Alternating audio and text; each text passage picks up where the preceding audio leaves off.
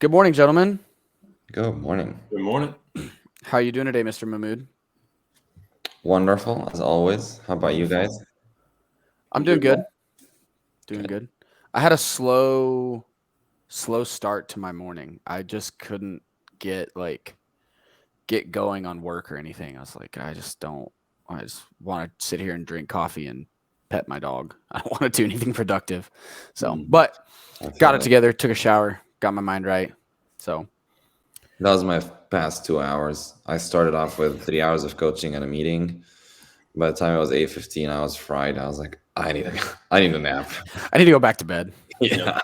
Thursday is my easy morning. I actually don't have to get up early, so I gotta sleep until 8 today, boys. It's very exciting. Very I, nice. I don't even know what that means. I know. When was the last time I slept until 8 a.m.? Well, it's like I say 8. That's when my alarm goes off. I was going at 7:15 just because my body hates me. Yeah. I don't. So Sundays, I guess, are when I usually sleep in a little bit, or Saturdays if I don't coach. Mhm. But The mood, do yeah, you coach the earlies? 5 a.m. and 6 a.m. every day. No, boy. Every day. Oh man, you're a rebel. he's on that grind.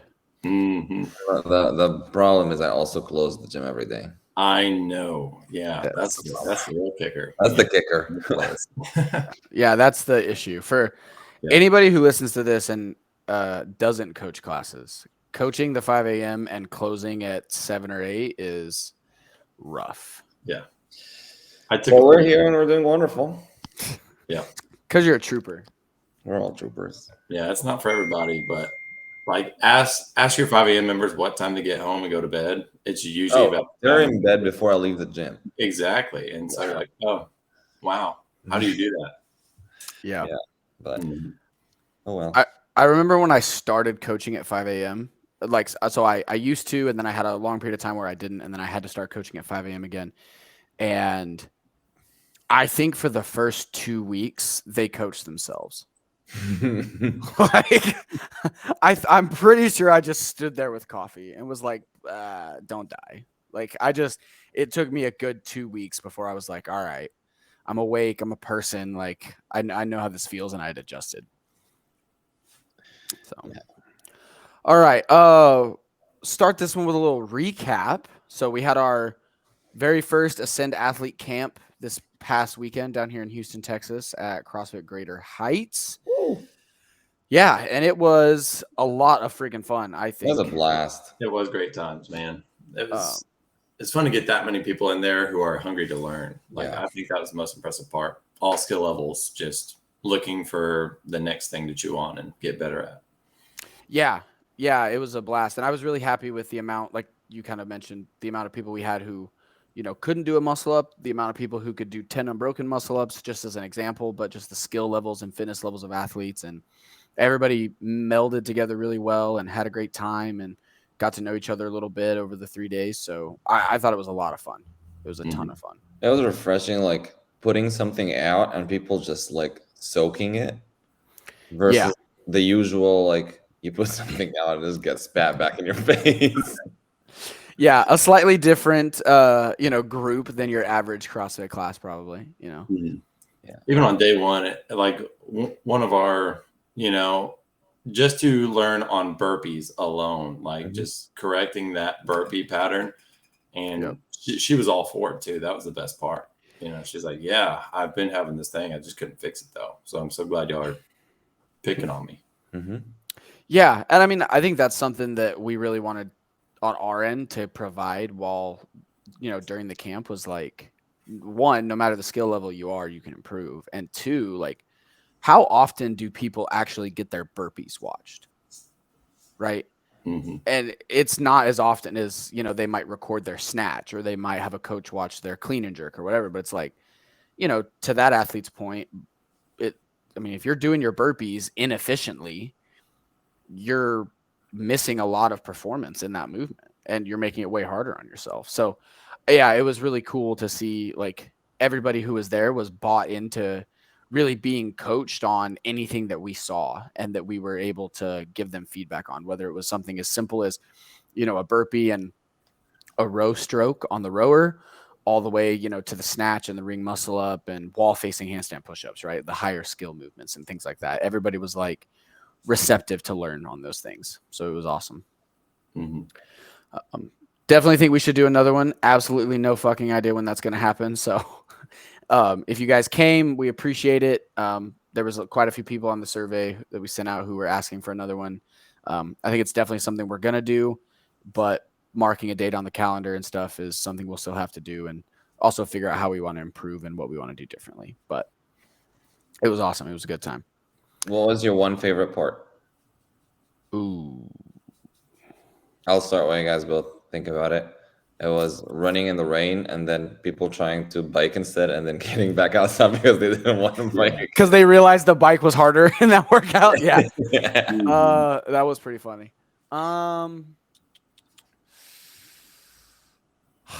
I think my favorite part was probably Friday night. Mm-hmm. Just like ripping the Band-Aid off with a really low skill, high intensity workout, and People realizing the trap as they were sinking into the workout. Yeah, and seeing people like they were also about it though. They were like, "Oh, this is a hard workout that is very simple." And then I think my number 2 would have to be, the snatch session, just maxing out, like having people lift heavy. From my perspective, when I wasn't trying to coach, I was really trying to help set the environment. So I'm was running to the stereo to get the heavy rap on and get people fired up and stuff like that. And with the numbers people hit, people PR'd, people matched PRs, I was really enjoying that. And it felt rewarding that Coach Brady's breakout session went really well with getting them ready for all that. And then we set an environment that allowed for them to really lift heavy and have a good time. That was amazing how many people PR'd that day. Mm-hmm. It was the 50%, if not more. It was over 50%, and then the other 50% hit their PR or 5 pounds. Hit in 2 years, Yeah. No, the wildest one for me is Daniel, though, hands down.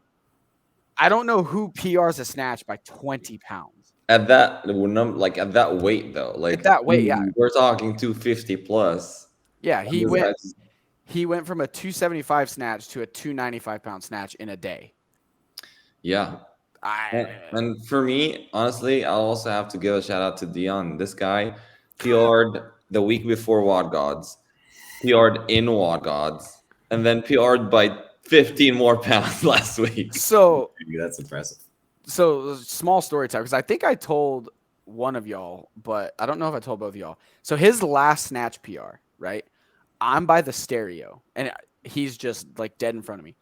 I turn the music up after I change the song, and I turn around, and Dion is in the bottom of the snatch and just locks eyes with me, across the gym. And I was like, I don't know what to do. I don't want to break eye contact because it's working. We're here. Yeah. And he just held this gaze and stood up and was freaking out. And I was just like, I do not know what to do right now. It was the most uncomfortable I've ever been while somebody was lifting. It was hilarious. That's funny. Yeah. Yeah, it was a good time. So camp was a good time. But we've got Mr. Brady on here today. So Brady's been coaching with us for 2 months now? 3 months? Sir. 2 months, somewhere in there. Mm-hmm. So we wanted to force him to get in front of a camera and kind of give the world a little bit more about himself. So I'm not going to give a big, he's done this and he did that. We're going to kind of let him explain that and just kind of get to know him a little bit more. I actually don't know a ton about his, background and how he got into CrossFit either. I just know more about his relevant coaching abilities and things like that, which is why he got brought onto Ascend. So how did let's take it way back. Where are you from? I am born and raised in Amarillo, Texas, the center of the Texas Panhandle. Grew up there, moved down here to Houston December 2nd of last year. Okay. So, yeah. So you haven't actually been in Houston that long? Nope, not at all. Hasn't even been a year yet. Nope. Yeah. For some reason, I thought you'd been here a little over a year already. I started traveling down once a month last June, and just kind of assimilate more down here.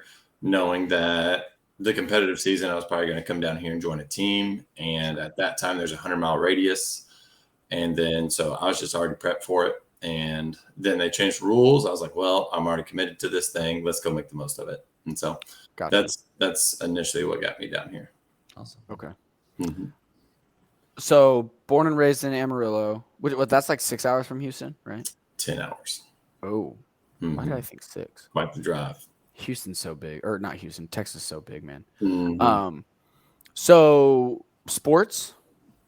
I played football for like about 5-6 years. I wish I stayed in it longer. I'd probably be twice the athlete I was today, at least in strength wise. But I loved basketball, man. Ever since I could walk, I would dribble the ball. The offense in my upper bounds league was give Brady the ball when I was on the court. So basketball has always been my first kind of passion. And so played basketball for a while. Made the All-Star game in the Texas Panhandle, which is pretty cool. Nice. Played against, some of the best players in West Texas. And then stopped after that. Okay. No college ball for me. Was it just like didn't have scholarships or anything like that, or were you? Yeah, I did have scholarships, and like I do wish I would have.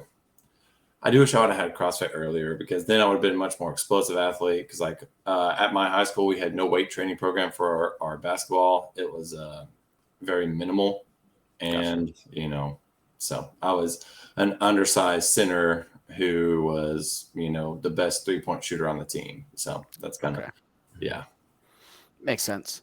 Mm-hmm. So after that, college? No college for me. No college. What'd you do? No. Went right to grunt work, man. Moving heavy steel, building barns and building better people. So spent my first year out of high school working for a family business who stood up steel, and then slowly started to get into coaching a little bit. I'll just kind of go ahead and share that story. I started doing CrossFit with my brother about 1 week on and 4 months off. That's how it started. It was terrible. Yeah. And then he invited me to a CrossFit competition just because his training partner got hurt like the week of. I was like, sure, I'll go do it. This summer of 2015, and like, man, I was like a string bean back then. I could hide behind the uprights of the rig. I'm telling you, I was tiny. And I wish I could show pictures on here, but it was pretty funny to see the growth. And then, so like I said, I did that 1 week competition and then took my another 4 months off. And then in December of 2015, we had this competition called Mistletoe Meltdown, and they needed 7 guys, right? And so they only had 6 in their little group. And like, well, one workout is Karen. My brother's tall. He can do that one. So they asked me to do that competition with them. We got 4th. That's really when I started CrossFit officially, like December of 2015. Okay. And then joined a gym, Tornado Valley CrossFit. It was Inferno Fitness at the time. They invited me on staff and then said, hey, we're getting affiliated. We need you to go get your level 1. So me, my brother, and one of our good friends, Brandon, we went to go get our level 1s down at CrossFit Yukaru. Came back in, started coaching. I fell in love with it from the young age of elementary school. I want to be a PE teacher, grew into a basketball coach, and now I'm doing PE for adults essentially. So yeah, it's a come full circle. That's cool. Mm-hmm. That's cool. So how did Karen go? I just have to ask. Karen did not go great at that time. Turns out 150 squats for anybody is pretty tough. And so I did like 5 sets, or not 5 sets, but 3 or 4. Yeah, then we had a max snatch, hit 155 by the grace of God.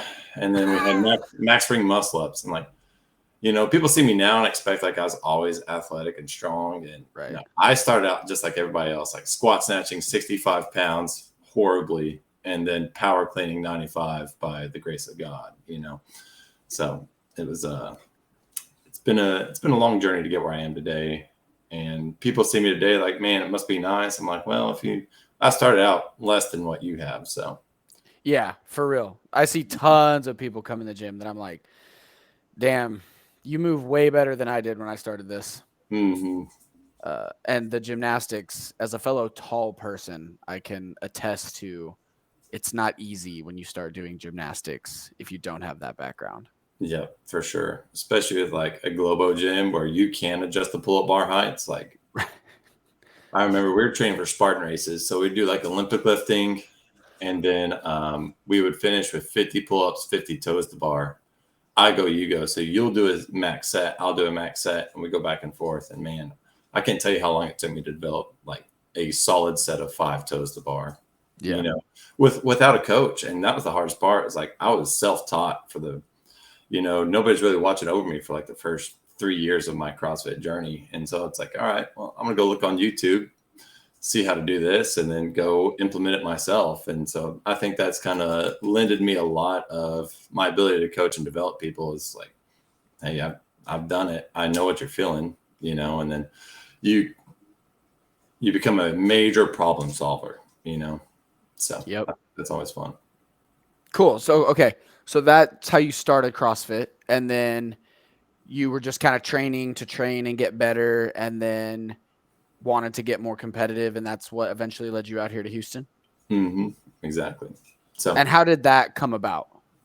That came about, Natalie Thompson, she is from Lubbock. So we have competed against each other for a while. She moved down there to be with family. And then a good friend, Haley Sparks of mine, she competed with Natalie, and Natalie reached out to me and Haley about doing like TFX with them because I think they had some teammates get sick. And so that's when I started training down here with CrossFit Kima, going through stuff like that.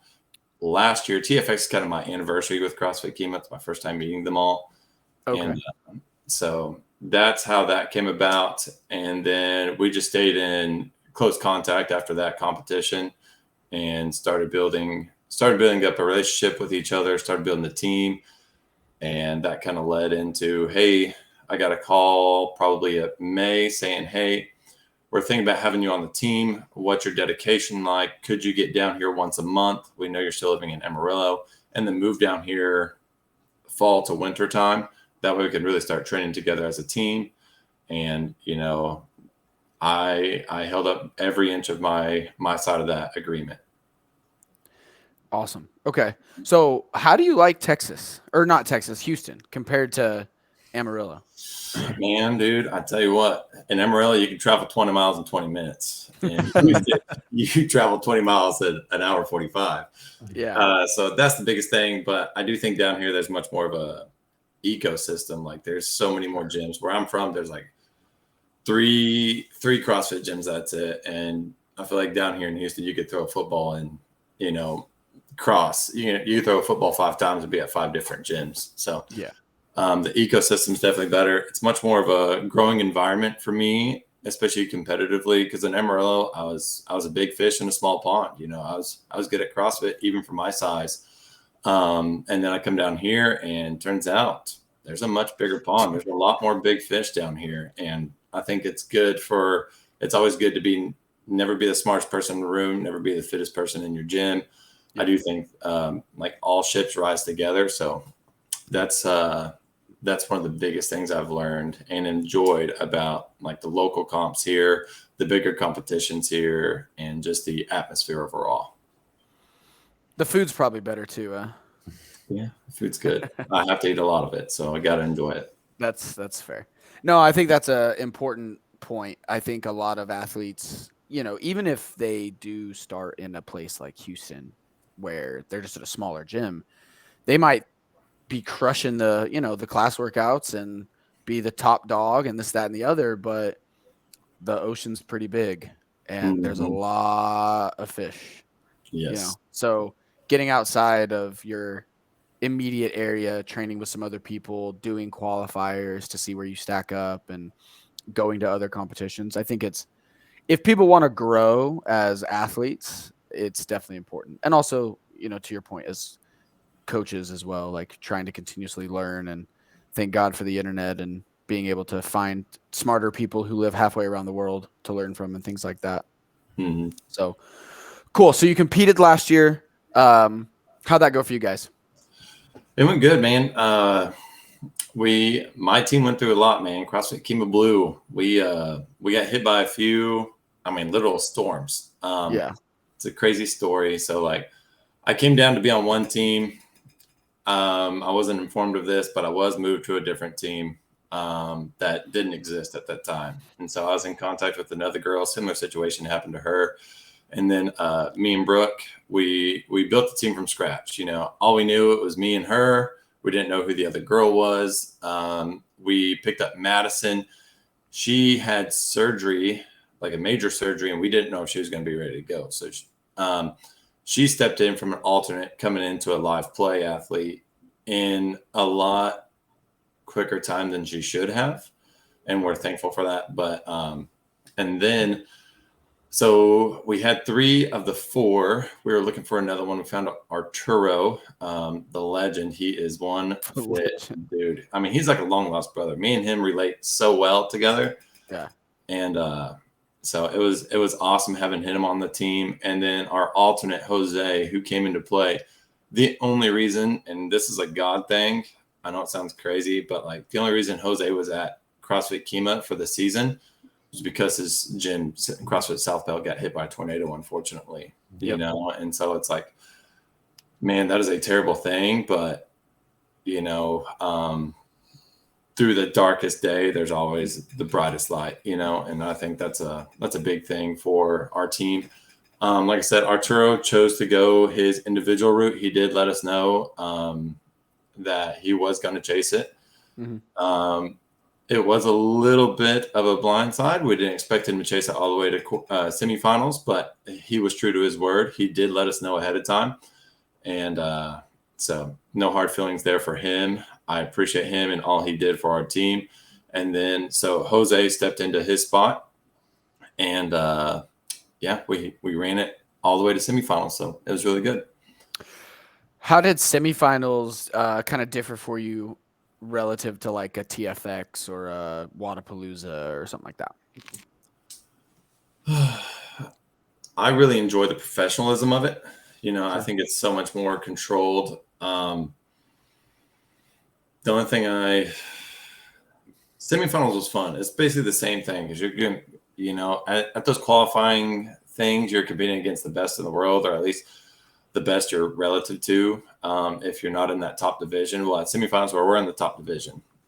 So it was programming wasn't great for me. I had a knee injury, so the pistol workout, luckily I didn't even have to step on the floor and risk injury. But I was definitely ready to lay it on the line for my team. You know, I had a 400-meter run, 15 heavy bench press, and then 10 pistols on my good leg, and then see how many I could do on my bad leg. And then fingers crossed. Exactly. Yeah.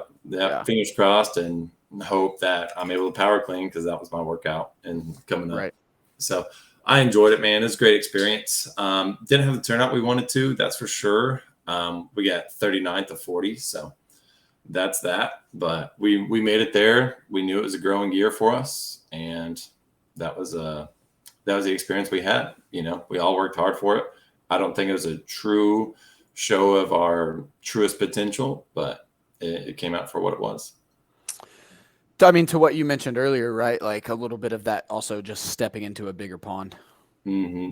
Right. 100%. Like, and it's also it's a different pond in the sense of, similarly to maybe a TFX or a Wadapalooza, right? Like you got to feel good on that weekend.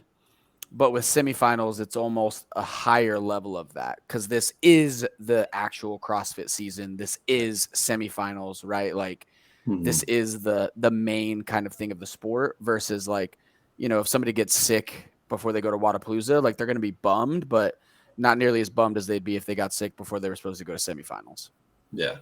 Right. I mean, it was like, especially with all the support I had from back home, like we sold shirts, and like 80 of them went to Amarillo, Texas. You know, that my hometown supported me so much during that, and they know what I'm capable of. And like, I received a lot of texts like, "Hey dude, we're still proud of you." And it just like gutted me, man. Like it was a tough pill to swallow, you know, taking that last place because the 40th team didn't show up. But so that was the hardest part, is like, feeling the letdown of people. Like, I know I gave it my all. I know my team gave it their all for what we had with us.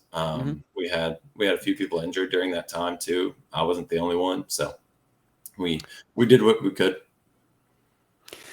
So I feel like this is a good time for a little disclaimer that I'm going to elaborate on. Brady, how tall are you? I am 6'5" and weigh about 235. Okay. And what do you snatch? I snatch 290. Okay. And what's your It's at 300. What's like a decent set of bar ring muscle ups for you? Decent set is bar. I could go 20 plus, and then I could do 15 to 20 on rings. Okay. So I'm elaborating this after the story we just heard to convey to people that Brady's a freak athlete in the CrossFit space. 6'5", 230 pounds, 300-pound snatch, 20 ring muscle ups almost, like on a good day. Like, I've seen you run. Like, I wanted to tail that quickly so that it wasn't like, well, this guy's pretty good, but he got last at their team got last at semifinals. Yeah. Like, to be clear, and I know, like, I've talked to Mahmood about this and other athletes just in Ascend and stuff like that. Like, when you talk about what you're capable of, like, that's a real thing. Brady is a very, very, very, very fit individual who does things that most 6'5" people can't do. So. Yeah, I definitely stick out like a sore thumb there. It's I'm a basketball player who's trying the sport of CrossFit. Range of motion is half the battle, in my opinion. So my athlete IQ, just like Brent, just like all the other big guys, you have to be smart. You have to be disciplined, and you just have to find a way to make it work too. Hit your home runs and take the other ones on the shins. Yeah. I mean, you and I have had some conversations about that when I've watched you train a little bit, at Kima or at Greater Heights. And it's just one of those things, we were talking the other day, you were doing like a burpee workout, and it's like, hey, like, the burpee numbers you're putting up in this remaining time on this workout are fantastic especially for somebody who's 6'5", but also understanding, like, you have to play a movement like that to your strengths so that you can go execute on whatever is combined with that is probably going to be a little more advantageous for you than max rep bar facing burpees at 6'5", right? Yeah. Like, that's not my movement to win. Right. So that's the thing. And that's what we've been working on a lot this off season, is just body weight pressing. Like, even on that, dude, the burpee pull up, that is the most unfair thing I've ever seen. Everything else is standardized. Okay. So I'm gonna get on my soapbox. Mahmood, I would love to hear your opinion on this one. Yeah.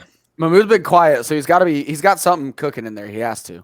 If I cannot raise my pull-up bar at semifinals. Yeah. Okay. But they can raise the floor up.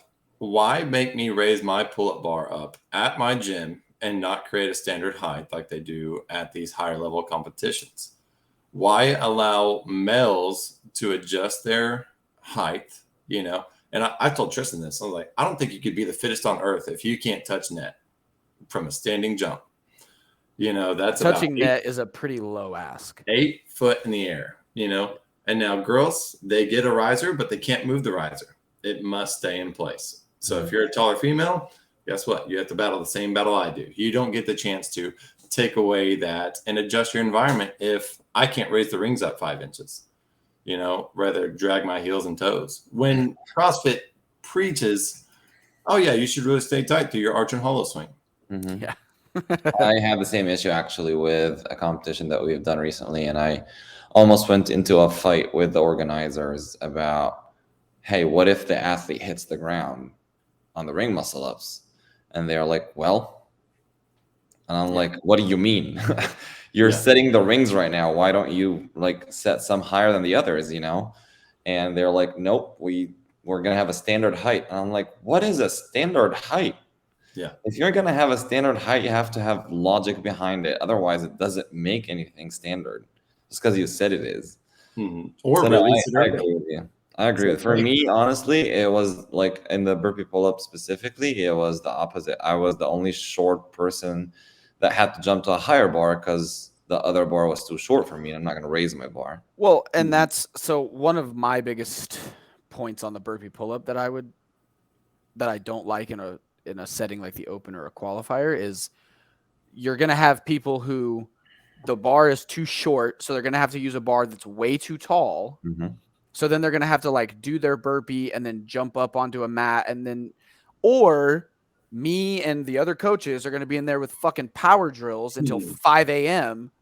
moving every pull-up bar in the gym.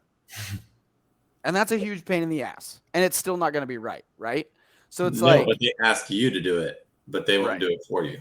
100%. Yeah. No, there's definitely, I have a lot of thoughts on the height issues. And unfortunately, I think the unfortunate thing about that is every other competition, like when CrossFit sets something or they say something, it's like the Supreme Court. They set a precedent. So then every other competition on planet Earth is like, well, this is what they do at the games. And they don't move it for the games athletes. This is, this, that, and the other. So then there's not even a chance for like a dialogue at the smaller competitions because they just want to be like the CrossFit Games, even though they're never going to be the CrossFit Games, so it's fucking absurd. And you never see Brent Fikowski dragging his toes on the CrossFit Games. No, but like Granite Games he did 2 years ago. Him and Chandler, like the pull-up bars were so low. Matt DeLugo's, there's stereotypes out, or like there's thoughts out there that if his pull-up bar was 3 inches higher, he would have made the games 2 years ago. Yeah. And I think there's validity to that kind of an argument.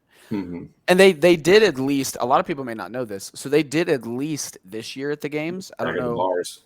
So they staggered the bars on the Zeus rig, and the rule was first come, first serve. So off the pig flips and then off the wall balls. Gotcha.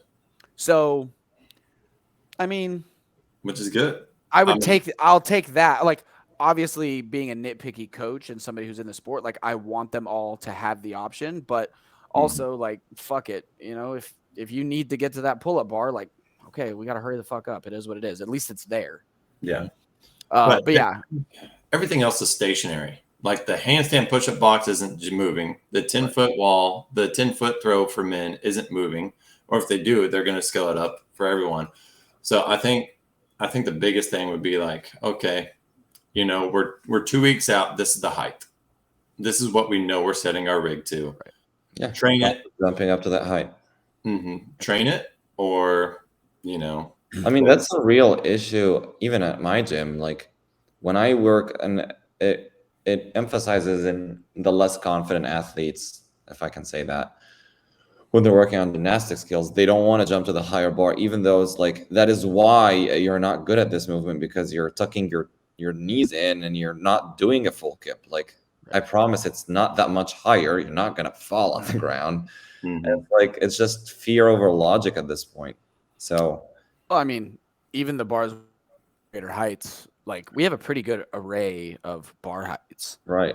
But even then, I don't know if I'd have one at y'all. No, you would have to use the one in the middle that I use, and it would actually be better for you because you're taller, because that bitch is so high. Tall. Yeah, it's reach. And like the only ones at greater heights that are like a good height for me are the ones in the squat rack. And I can't use them because I'll hit my elbow on the rig. So or you're gonna have to go on the outside rig. Right. Actually, I need to go. Those are good. Yeah. But the issue is, like, I think that what you just said, like setting the standard, like, hey, we're gonna practice the pull-up bar height at whatever, 10 foot or something like that. And that will force the less confident athletes to get out of the comfort zone and actually be better at gymnastics. Like, one thing that said in the camp that I will continue to say, but it was like for the first time I actually phrased it that way, is like, in gymnastics, you're okay to be airborne. You're not supposed to be tethered to the ground. Right. And like, don't feel afraid because you're so far from the ground. You're not actually that far. Yeah. Yeah. I've heard the rebuttal a lot of the times is like, well, if there's too many risers or whatever, it gets unsafe for people to get down. which is fair, right? Like if you have really soft, tiny risers or something. But my issue with that is that can be troubleshooted. Like you can find a box that works and you can put like a piece of foam over the top or like something that's sturdy enough. Like those things can be troubleshooted. I can't make Brady or myself shorter. Yeah. Like I that was my what do you want me argument to at do? that competition. I was like, just get a riser for everybody, but people with tall limbs can't get shorter. Right. So I think it's a frustrating topic, and I've dealt with that as well. I did TFX. They know, everybody who was there that year knows. And TFX like I did it right last year. Huh? During the brief, TFX announced the height of it. They did. The math on my phone, I was like, dude, that's 8 foot tall. That is going to be right here. That's perfect. You know, that's reasonable. When I did it in this was like 2018. Yeah. They were a little shorter. They were like 7 something, and I couldn't do ring muscle ups. And I was so green to competition. I didn't even realize what was about to happen until I was on the floor and I got to the ring muscle ups and I was like, I don't know what to do. Like I wasn't good enough to like modify my kip or whatever, but no, I mean, I think some competitions are trying to do better, but I think it's something that could have been solved like 2 years ago. Yeah. At least let us know what we're walking into. Hey guys. Sure. For those of you who are curious about the pull-up bar height, here's the rule book of the CrossFit Games. It's going to have all the dimensions that in there. It's going to know your handstand push-up, you know, and this is like a week before the games, right? Or even semifinals say, hey, this is what we're looking at. 78-inch pull-up bar, 79-inch ring, you know, right. or whatever it is. Like even Brent, I reached out to Brent Ficassi, like, hey man, how tall are the pull-up bars? And he's like, how tall are you? I was like, well, I'm 6'5". I was like, dang, you will be the tallest guy. If you're an individual, you'd be the tallest guy in the individual field. Yeah. You know, I may have been the tallest guy who competed at semifinals regardless. A team or individual. I don't remember seeing anybody taller than you. Yeah. Not at our not in the West. There were a few who are 6'3", but I mean still a good little drop there. And so it's like he said, hey, send me this video. He sent me a video of like Matt DeLugo's doing it. And you know, it's just like showing how much it changes you to like kick something during, and like bar muscle ups are one thing. You can kind of get away through there, but ring muscle ups you won't survive if you're on short. Chest to bars, you will not survive if you're on short. Chest to bar, it's not even happening. Exactly. Toes to bar, you're just doing twice the work. Yeah. It slows them down a ton. Yeah. So that was the good best part about the semifinal pull-up bars. Like, okay, I only have to do bar muscle ups, you know? It's like very rarely my feet are directly under me and I'm kicking the crap out of the floor. But or what if I was too tall? Would they ding me for doing jumping pull-ups? Or like jumping chest to bar, you know, something like that. I'm like, well, if I go through full extension and, you know, what's the difference? Yeah, that would be an interesting argument to see the counterpoint to for a jumping pull-up. Because it would almost be just as fast. Yeah. So I don't know. I mean, like it's like a dead hang through full extension. So I guess that would be the only thing. But if I kick the floor anyways, it should be a no rip, right? Correct. Right. Jumped off the floor. Correct. Yeah. So. Interesting. There's my soapbox. Soapbox done. I know. 6'5", 235, fighting for the broken toe gang is what I call us, you know. So Mahmood, what kind of questions you got? You've been quiet. What's up? Kind of wondering what's next for you. Like, have you had any plans for the season? All right. So this is me. I am a free agent going individual this year. Okay. Hey-o.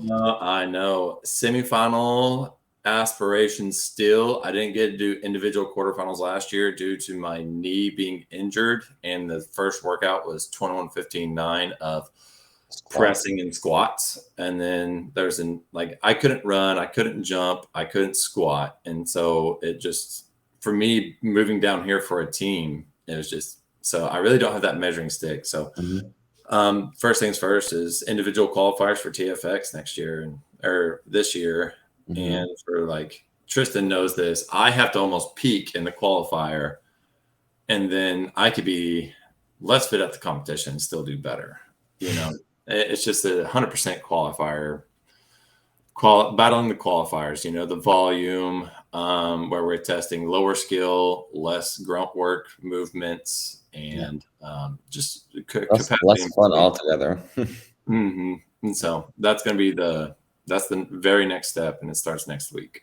That's also like a good point to bring up, that it's almost something that I feel like a lot of people don't realize who aren't coaching or competing at a pretty high level, but is 100% accurate. Like, you or a taller athlete in general will do better, slightly less fit in person, because there isn't such an impetus in how fast you have to move through ranges of motion like there is in most qualifier workouts. And a similar example to this is just quarterfinals, like quarterfinals to the Open, right? Like, your fitness, my fitness, taller people's fitness is typically displayed much better in the quarterfinals than the Open, because there's not that emphasis on cyclical movement. Like, there's more skill thrown in there. You can make your money on a heavier barbell if it shows up, or your ability to cycle a moderate weight because you're stronger, and those kind of things. And that's something a lot of people don't even realize. But if you're tall and you're trying to qualify for a big competition, you kind of got to be pretty ready for those qualifiers. So that's a good point to bring up. That's exciting, though. Yeah, very exciting, man. It's going to be a good time for me. So it'll be my first major individual comp. There you go. That's awesome. Hell yeah. That's a good, TFX is as much shit as I give the fitness experience. It's a good start. Like, get your feet wet individual. The field's usually pretty good. Like, there's some good people from Texas and, you know, surrounding areas and stuff like that. So it's a good couple-day comp too. Any other competitions, or are you just going to kind of qualifiers, train, TFX, Open, quarters? Haiti Team Classic. Oh, yeah. I did get roped in, or I say roped in. I'm actually competing this weekend at Wild Horse CrossFit in Conroe in the Woodlands. So nice. Just small little comp. I was going there to watch and saw a story. So all about the community too. I was like, cool. Hey, we need an RX Mel. I was like, okay, I'll be there. So I'll be competing with a perfect stranger this weekend. It'll be fun. Nice. I mean, if you're going to be there, right? Whatever. Exactly. Yeah. So might as well do a little fitness. Yep. That's exciting. Mm-hmm. All right. I wanted to ask, I had a question and it escaped me when we were all ranting about height in CrossFit. What's your favorite part about coaching? Oh man. I know, big question, but no. It is the impact I'm able to create on people's lives. You know, I don't do it for me. I do it for them. Yes, I get paid to do it, but man, like, the greatest compliments I ever received is like, this person wasn't happy. You know, something happened in their life. And this was my first personal training client. And like, we had to leave the turf from one day because it was so overwhelming that she broke down into tears, you know, and because she was so sheltered and self-conscious about it. And now it's like, she gave me this comment one day, like, Brady, like, people are starting to notice me happier at work. And it's because, like, I hear all your motivation with me outside the gym saying you can do this or you got this, even in those tougher moments of work.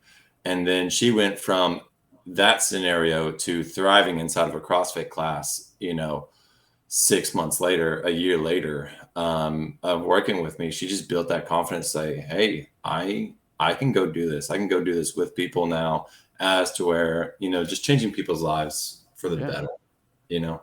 And that, I think that's the biggest part of this. That's what I get the most out of it, is building better people. And that's kind of my mantra of my coaching, especially inside of a CrossFit affiliate. Yeah. So I agree. Training is obviously, you know, a lot of the coaching we do is driven towards these performance goals. But I think a lot of the time when people look back at after all that's done, it's the lessons they learn about themselves and who they become through that process that sticks with them. Mhm. And as the more valuable side of coaching and guiding somebody on a journey like that. So I agree 100%. Well, cool, brother. Thank you very much for hopping on with us this morning, telling the people where you came from and how you ended up here and all that good stuff, man. I'm excited for you to make an indie run this year. I think that'll be really cool to watch, and we're definitely going to be in your corner and supporting you, my man. Yes, I sir. appreciate that. Cool. Well, all right, guys, I will holler at y'all later. Thank you very much again for your time. I'll talk to you guys later. We'll see y'all. Bye.